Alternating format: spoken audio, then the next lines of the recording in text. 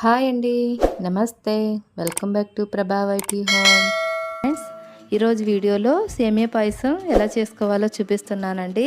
ఈ సేమియా పాయసం చాలా ఈజీగా చేసుకోవచ్చు, అప్పటికప్పుడు అయిపోతుంది. ఇంట్లో స్వీట్ ఏమీ లేనప్పుడు తినడానికి ఇలా చేసుకుని తినొచ్చు. ఇప్పుడు ఈ సేమియా పాయసం ఎలా చేసుకోవాలో చూసేయండి.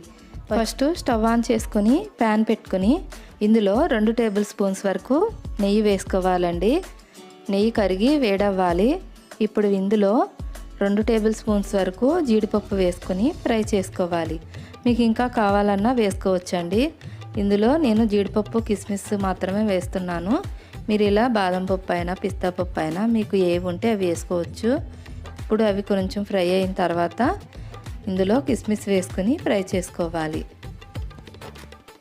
ఇప్పుడు ఈ 2 రెడ్ కలర్ వచ్చే వరకు ఫ్రై చేసుకోవాలి. ఇవిగోండి ఫ్రై అయిపోయినాయి కదా. ఇప్పుడు వీటిని ఒక గిన్నెలోకి తీసేసుకోవాలి. ఏదైనా ఒక గరిటెతోటి తీసేసుకోండి.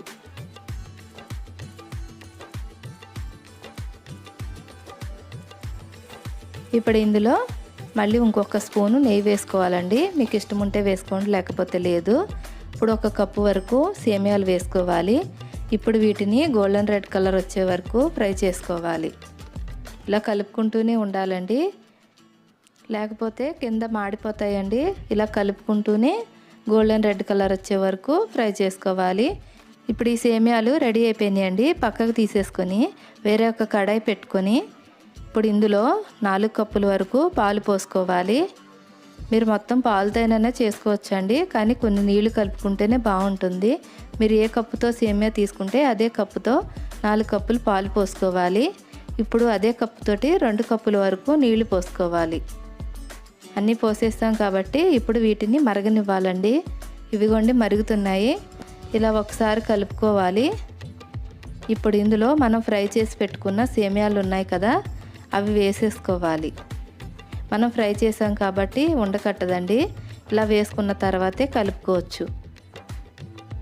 ఇవిగోండి వేసేసాను. ఇలా ఒకసారి కలుపుకొని ఈ సేమియా మెత్తగా ఉడికే వరకు కూడా ఉడికించుకోవాలి. ముందు పంచదార వేయకూడదండి, వేస్తే సేమియాలు ఉడకవు. సేమియాలు ఉడికిన తర్వాతే పంచదార వేసుకోవాలి. ఇలా మధ్య మధ్యలో కలుపుకుంటూ ఉడికించుకోవాలండి. ఇవిగోండి సేమియాలు ఉడికినాయో లేదో చూద్దాం. సేమియా ఇలా చేతితో నలపగానే 2 ముక్కలు అయితే మనకు ఉడికినట్టు. ఇప్పుడు సేమియా ఉడికిపోయిందండి. ఇందులో పంచదార వేసుకోవాలి. మీరు ఏ కప్పుతో అయితే సేమియా తీసుకుంటారో అదే కప్పుతో పంచదార వేసుకోవాలండి. ఇప్పుడు పంచదారని కలిసేలాగా కలుపుకోవాలి. మనకి స్వీట్ కరెక్ట్గా సరిపోతుందండి. ఇలా ఒకే కప్పుతో కొలత పెట్టుకున్నారంటే చక్కగా సరిపోతుంది. ఇప్పుడు ఇందులో 4 యాలకులు దంచుకుని వేసుకోవాలి. ఇందులోనే మనం ఫ్రై చేసి పెట్టుకున్న జీడిపప్పు కిస్మిస్ కూడా వేసుకొని కలుపుకోవాలి. ఇలా కలిపేసుకుంటే సేమియా రెడీ అయిపోయినట్టేనండి. ఇప్పుడు ఈ సేమియా పాయసాన్ని ఒక బౌల్లో తీసేసుకుందాం. ఇది కొంచెం చల్లారిందండి. చల్లారిన తర్వాతే బౌల్లో వేస్తున్నాను. అయినా గట్టిపడలేదు చూసారా. ఇదిగోండి బౌల్లో వేసేసాను. పైన కొన్ని జీడిపప్పు కిస్మిస్ వేసుకోవాలి. ఇందాక ఫ్రై చేసిన వాటిల్లో కొన్ని పక్కన పెట్టానండి, వాటినే పైన వేస్తున్నాను. మీరు కనుక నా ఛానల్కి ఫస్ట్ టైం వస్తే లైక్ చేయండి, షేర్ చేయండి, సబ్స్క్రైబ్ చేసుకోవడం మర్చిపోకండి.